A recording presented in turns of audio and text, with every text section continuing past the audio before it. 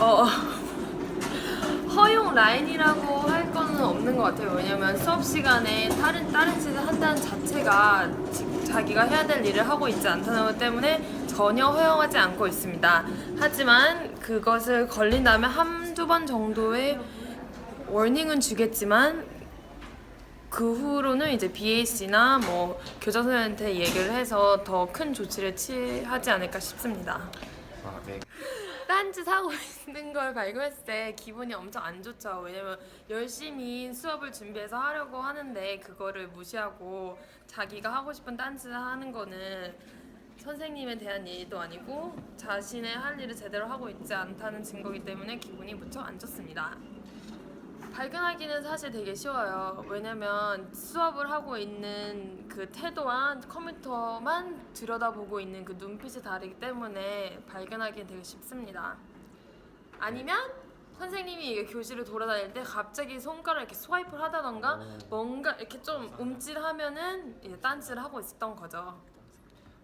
사실 학교 전체적으로 그 랜스쿨이라는 그 프로그램을 설치해서 한다고 하는데 그건 쉽지는 않은 것 같아요. 그래서 개인적으로는 수업에서 만약에 내 선생님이 인스트럭션을 주고 있으면 그때는 컴퓨터를 모두 닫아라 이런 식으로 좀 제한을 주도록 하고 있어요. 네, 감사합니다. 네, 감사합니다.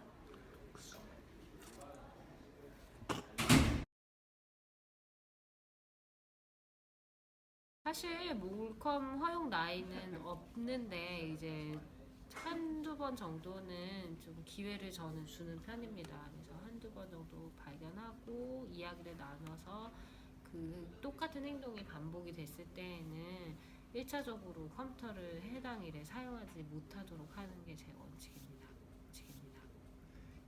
그러면 학생들이 딴짓이나 몰컴을 하는 걸 알게 되셨을 때 기분이 어떠신가요?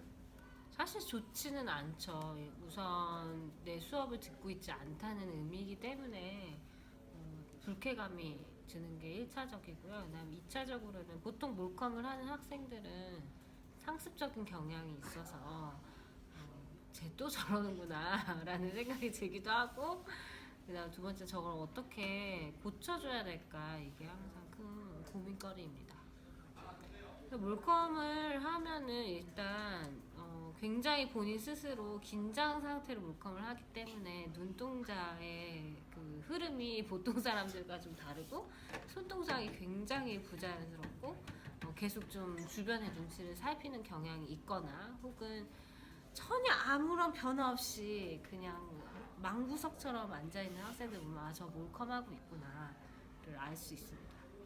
우선 최대한 컴퓨터의 사용을 최소화하는 게 제 수업에서는 1차적인 방법이라고 생각하고요. 그래서 뭐 읽기를 하거나 뭐 쓸 때는 되도록이면 종이를 활용하는 거를 생각하고 있습니다. 네, 감사합니다.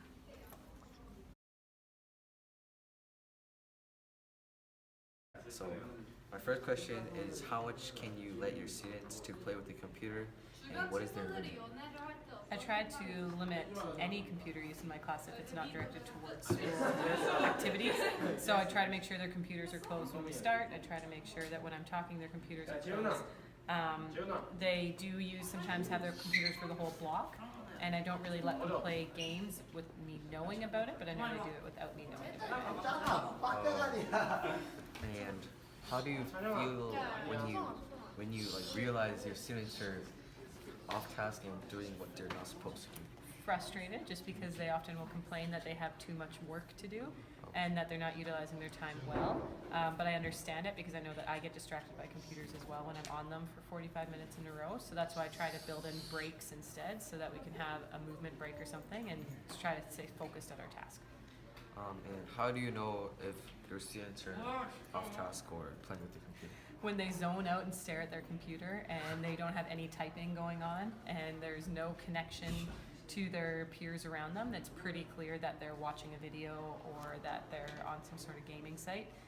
Also, when you walk by and they quickly switch screens, it's pretty clear that they're doing something they're not supposed to be doing. So as much as the students think they're being sneaky, teachers usually know that they're not being on task.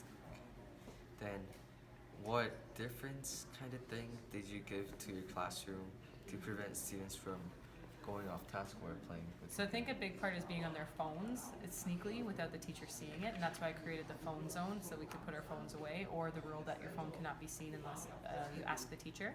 And also trying to build in breaks so that they're not just staring at a screen for an hour, because that can get very distracting. So building. The first question is, do you ever had a talk with a student who got in trouble because of playing with their computer? Yes. All the time. Often. Often. Okay. What can you say more about preventing students going off task? Well, so there's kind of a basic equation. So the amount of minutes that somebody can focus is generally the number of your age. So if you're 14 years old, you will probably be able to focus for 14 minutes at most. So best advice is to be able to break up the use of your computer into chunks of time. And unfortunately, your brains are not wired to do that automatically, so I would recommend that teachers do that for you.